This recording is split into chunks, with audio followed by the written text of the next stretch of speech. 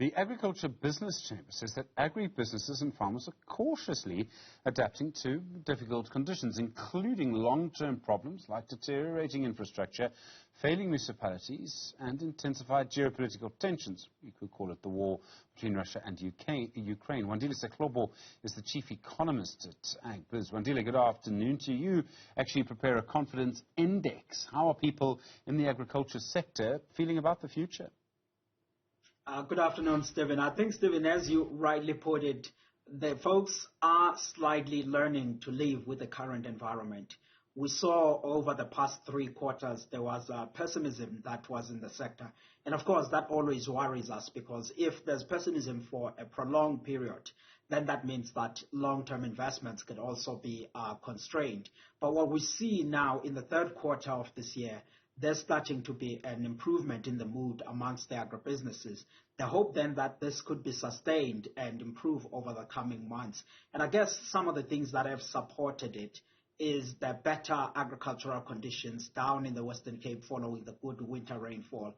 And of course, the better harvest that we saw from the summer rainfall season. So a combination of these factors, as well as the learning to adapt to these current conditions, is something that perhaps has supported the mood in the 3rd quarter of this year. So I suppose part of it's about the idea of resilience. Once you get used to the idea that the electricity is never going to be on all the time, and once you've taken the pain of investing in your own backup power, life moves on. I think, Stephen, part of it is resilience, but that resilience comes at a cost.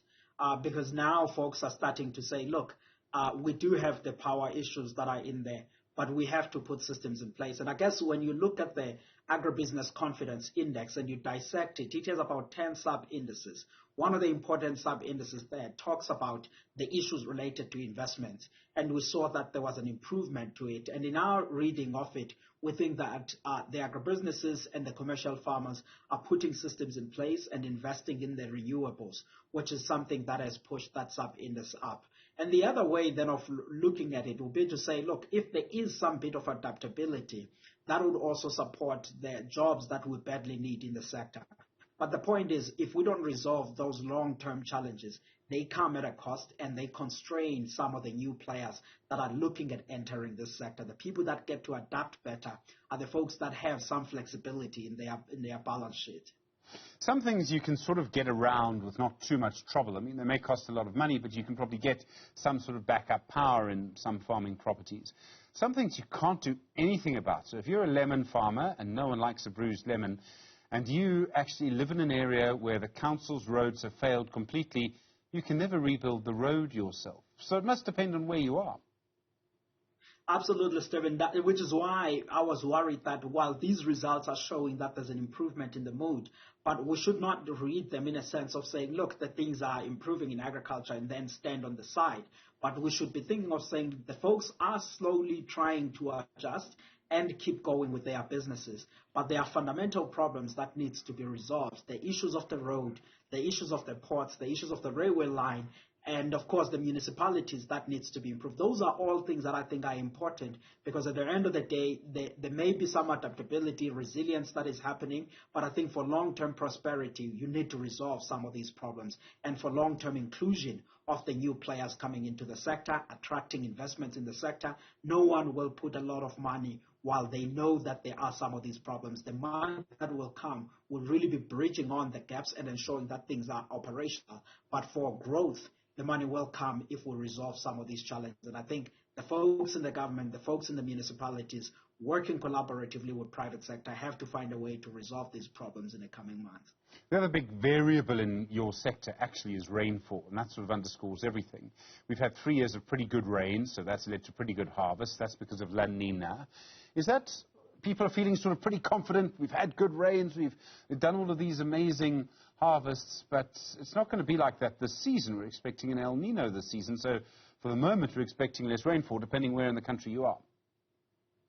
Absolutely, and that's the message that we are getting from our friends at the South African Weather Service and some of the global weather forecasters of saying, look, we are now getting into an El Nino period, which means that less rainfall than we saw over the past few years.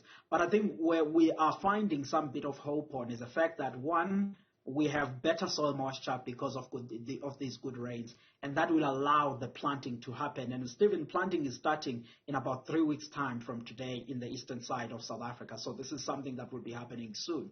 And secondly, the fact that the South African Weather Service came out at the end of last month saying, look, between now up until the end of the year, you may get some rainfall in various areas of South Africa, central South Africa, eastern region of South Africa, and we think that will support at least this germination of the crops.